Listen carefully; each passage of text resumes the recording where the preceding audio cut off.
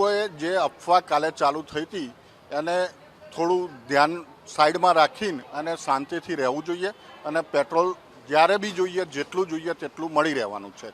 એ સરકાર તરફથી બી છે અને કંપનીઓ બી અમને એટલો સપોર્ટ કરી રહી છે.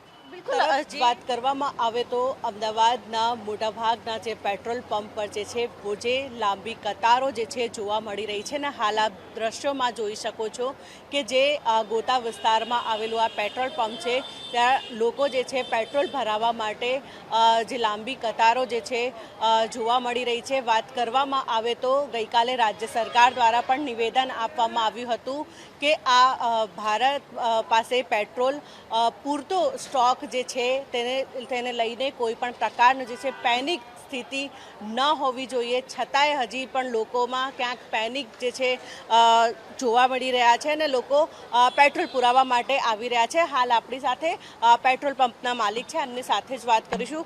જે પ્રમાણે ગઈકાલની સ્થિતિથી લઈને અને આજે પણ પેટ્રોલ પંપ પર લોકોની લાંબી કતારો જોવા મળી રહી છે.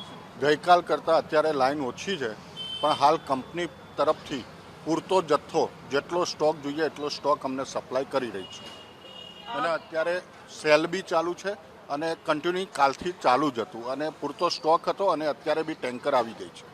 બિલકુલ હજી પણ ક્યાંક જે નોર્મલ સ્થિતિ હોય છે પરંતુ અત્યારે પણ લોકોની એટલે લાંબી કતારો તો પેટ્રોલ પંપ પર જોવા જ મળી રહી છે, એટલે આ અંગે આપ શું કહેશો? લોકોએ જે અફવા કાલે ચાલુ થઈ હતી એને થોડું ધ્યાન સાઈડમાં રાખીને અને શાંતિથી રહેવું જોઈએ અને પેટ્રોલ જ્યારે બી જોઈએ જેટલું જોઈએ તેટલું મળી રહેવાનું છે. એ સરકાર તરફથી બી છે અને કંપનીઓ બી અમને એટલો સપોર્ટ કરી રહી છે. બિલકુલ જે પ્રમાણે આ લાંબી કતારો લાગી રહી છે તો ક્યાંક આપની પાસે એવું થાય છે કે કારણ કે લોકો હવે 200 રૂપિયાના પેટ્રોલ પુરાવા માટે આવતા હોય છે, એની જગ્યાએ ટાંકી ફૂલ કરાવી રહ્યા છે, તો ક્યાંક આપને તકલીફ પડી રહી છે?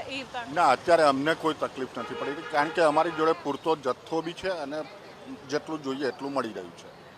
તો બિલકુલથી તો આ જે પેટ્રોલ પંપના જે માલિક હતા તેમની સાથે પણ આપણે વાત કરી છે. જે પ્રમાણે લોકો હજી પેનિક જે પ્રમાણે થઈ રહ્યા છે તેને લઈને પણ તેઓ કહી રહ્યા છે કે પેટ્રોલ જે છે પૂરતું પ્રમાણમાં છે અને લોકોને જે છે પેનિક થવાની જરૂર નથી. કેમેરામેન હેમંત ગાયકવાડ સાથે મોનિકા રાજપૂત, TV13 ગુજરાતી, અમદાવાદ.